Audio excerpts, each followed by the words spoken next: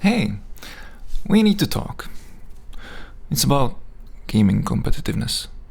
It's the thing that nobody talks about, but it's everywhere, right?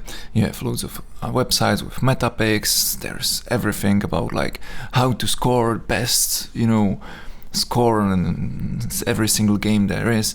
And it may be even your thing. Like when you are in your favorite game, let's say, and you have different characters, when there is one that you think will be really fun to play, that you will really enjoy, but there is another one that has better stats, that's more recommended by community, that's, dream of a min-maxer, are you gonna choose the first one or the second one? Because if you're choosing the second one, then I'm not really sure if you really understand what games are about. Because we are all using the games in a kind of different sense that it should be from the beginning, Like games were invented back in the days, like really, really long time ago, to have fun, right? To enjoy the time, to, maybe learn something also. But mainly it was fun. The thing that we made it out to, like, be competitive, to compare ourselves to others, to be the best, to achieve things. Those things were connected to work, like always basically, because that's the thing that brings you value, that brings you, resources, that just, helps you grow. It should stay there, right? But what if you are taking your games and you're making kind of a work out of them, right? That's what we're basically doing. We are working in our games. And that might be okay if there is still the fun aspect to it.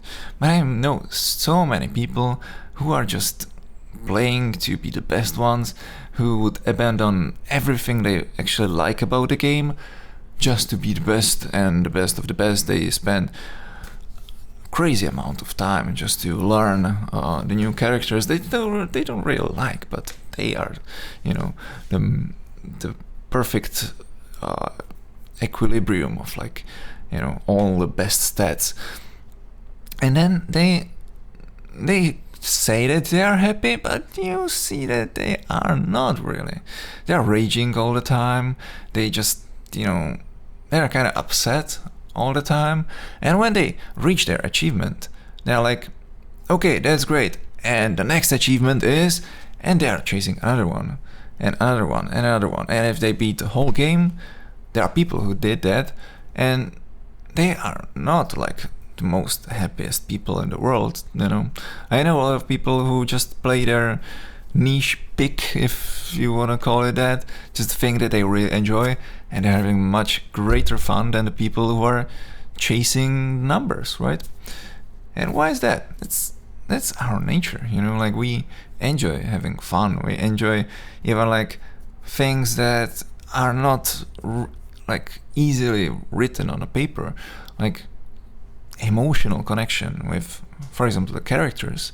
Some games even go so far that they would like set up their whole character and their backstory and everything in some kind of like, even like in-game story or outside of the game, in some comics or something, and you can feel attached to a certain character, and like those are the things that nobody tells you about, but they are extremely important.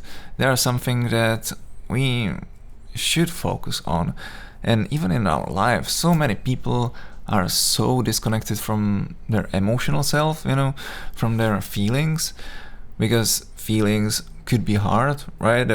There's both poles of that, both extremes. You can be extremely happy and super like exalted and everything is great, but you also could be super sad and super, feeling bad and, totally destroyed. Those are polarities, and emotions do have them. That's also why back in the days, there was a Stoic movement, and philosophy, right, where you basically didn't allow any emotions, because by avoiding the good extremes, You are avoiding also the bad extremes. But this philosophy, that's back in the days, it was really a long time ago, you know, and they didn't really think about like our need for emotions. We are emotional people. Like, you can say whatever you want, you can repress your feelings however you want, but they will come alive sooner or later. The thing is, when you don't control them, they will come back in a way that you don't really want them to come back in, you know, because something that we don't accept and we don't know that much about is the thing that's gonna control us. If we don't control it, it's gonna control us in a way that we don't like, you know. So allowing ourselves to feel, allowing ourselves to pursue things that we like, that we feel good about, is something really nice, you know. And of course, I know that there are people who are saying, oh, but I really like to pursue, you know, those numbers, and when I'm top 1% in this game, I'm feeling like a god, and it's wow, it's great. But still, yeah, if you ask those people really sincerely, you know, they still might tell you they feel like that, but it's also because they sometimes don't really know themselves that much, you know. They don't even know that they are not happy with that, and maybe they don't even know, you know, that there is a better option. I'm not saying that they are doing bad thing. We're always doing the best thing that we could, you know, at the moment, with the given opportunities, given, you know, knowledge, you know, how we were raised, you know, all the preconceptions of the world. We just analyze everything and we do the best thing that we believe in, you know.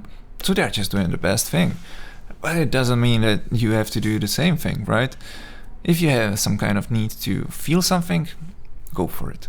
I'm rooting for you, and enjoy your life. Yeah, have a great day, and see you in the next video. Bye.